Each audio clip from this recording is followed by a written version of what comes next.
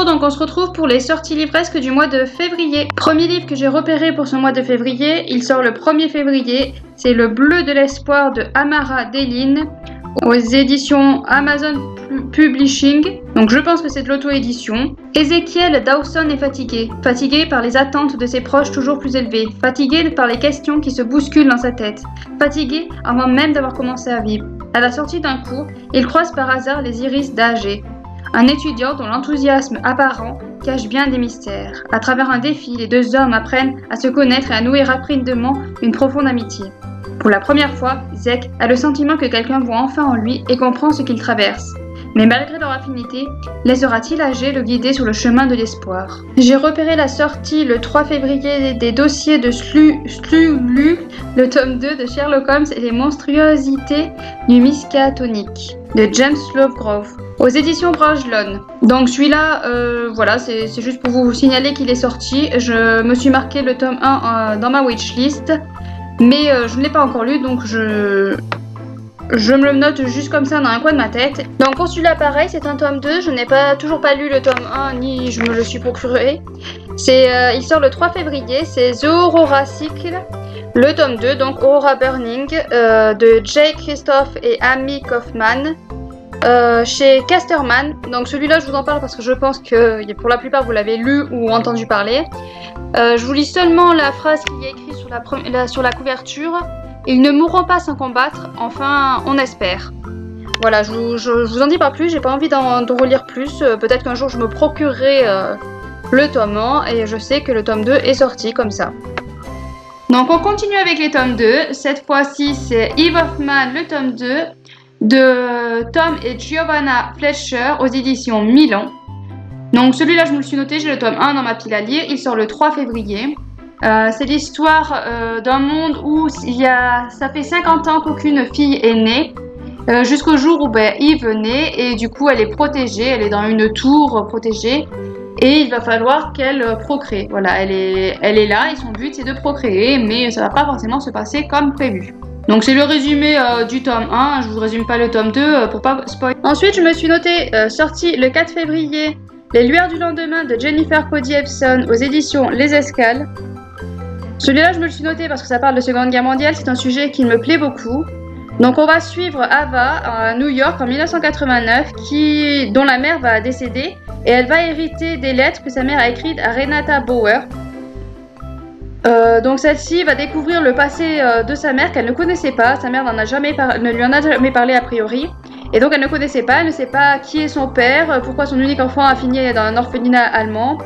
Voilà, donc en lisant ces lettres, elle va découvrir son histoire qui se passe à Berlin en 1933, donc durant les nazis et tout ce qui s'ensuit en Allemagne à cette époque-là. Ensuite, je me suis noté la sortie de Magic Charlie, le tome 2 de Audrey Alvet aux éditions Gallimard Jeunesse. Il sort le 4 février. Je me suis noté ce tome 2 parce que j'ai lu le tome 1, j'ai beaucoup aimé ce tome 1. C'est l'histoire de Charlie qui se découvre magistre. Et donc on va suivre son aventure pour sauver sa grand-mère, pour se sauver lui-même, la découverte de cet univers qui est l'univers de la magie qu'il ne connaissait pas. J'ai hâte de retourner dans cet univers avec ce tome 2. Ensuite, une sortie du 9 février, La Ligue des Amis Imaginaires de Agnès Marot aux éditions Mania. C'est l'histoire d'une jeune fille qui s'appelle Lina, qui est solitaire et qui envoie un appel au secours sur internet à l'autre bout du monde. Astria et Santi lui répondent. Malgré le parcours très différent, les trois adolescents se comprennent et deviennent amis. Un jour, Lina ne répond plus et Astria et Santi tentent désespérément de la joindre. Je dois avouer que ce livre-là, c'est surtout le titre qui m'a donné envie de me le noter. Puis je me suis noté La Révolte des Dragons, le tome 1 de Angie Sage aux éditions Gallimard qui sort le 11 février. Celui-là, je dois avouer, je me suis marqué parce qu'il y a des dragons. Donc ça se passe à Londres. Cyrine, qui a 12 ans, voit sa mère hospitalisée et se réfugie dans la lecture de livres sur les dragons. Et en parallèle, on suit dans un monde parallèle deux orphelins, Ali et Josh, qui travaillent au service de la famille Lennox, dresseurs de dragons. Mais les ressources naturelles sont épuisées et donc ils doivent se trouver ces ressources et pour cela, ils vont se retrouver dans le monde de Cyrine. Ensuite, je me suis noté, sorti le 24 février, Season of the Storm de El Cosimano aux éditions de Saxus. Je vous lis le résumé. Lors d'une froide et longue nuit, Jack Summer a été confronté à un choix. Vivre pour toujours selon les anciennes règles magiques Gaïa ou mourir. Jack a choisi de vivre et en échange il est devenu un hiver, une incarnation physique et immortelle de la saison sur Terre. Chaque année il doit chasser la saison qui le précède. L'été tue le printemps, l'automne tue l'été, l'hiver tue l'automne. Et le printemps tue l'hiver. Tout est régi par un macabre classement qui doit droit des promotions ou à une annihilation totale. Mais contre toute attente, Jack tombe amoureux de Fleur, le printemps chargé de l'éliminer. Pour être ensemble, ils vont devoir échapper au terrible cycle meurtrier dans lequel ils sont prisonniers. Mais leur créateur ne les laissera pas partir si facilement. Ensemble, ils sont la tempête. Sortira aussi le 24 février, bientôt minuit, de Marie Pavlenko aux éditions Flammarion. Donc on va parler de personnes âgées et c'est un sujet qui m'intéresse beaucoup. On va suivre Emma et Lucien qui se sont promis de se mettre ensemble si jamais leur moitié venait à décéder. Emma est veuve depuis 7 ans et Lucien vient de perdre sa femme mais il a la mémoire qui part en cacahuète et donc il va décider d'aller en maison de retraite. Mais Emma elle ne veut pas oublier, elle veut s'accrocher à cet amour-là et elle s'accroche comme elle peut. Donc on va suivre cette aventure-là, on va voir le libre arbitre qui reste aux personnes âgées sûrement quand ils sont en maison de retraite, comment on gère ces personnes âgées-là, je pense, comment on les traite. Et je pense que ça va être un sujet très intéressant et peut-être dur, je ne sais pas. Un petit dernier pour la route, Personne ne sort d'ici vivant de Adam Neville.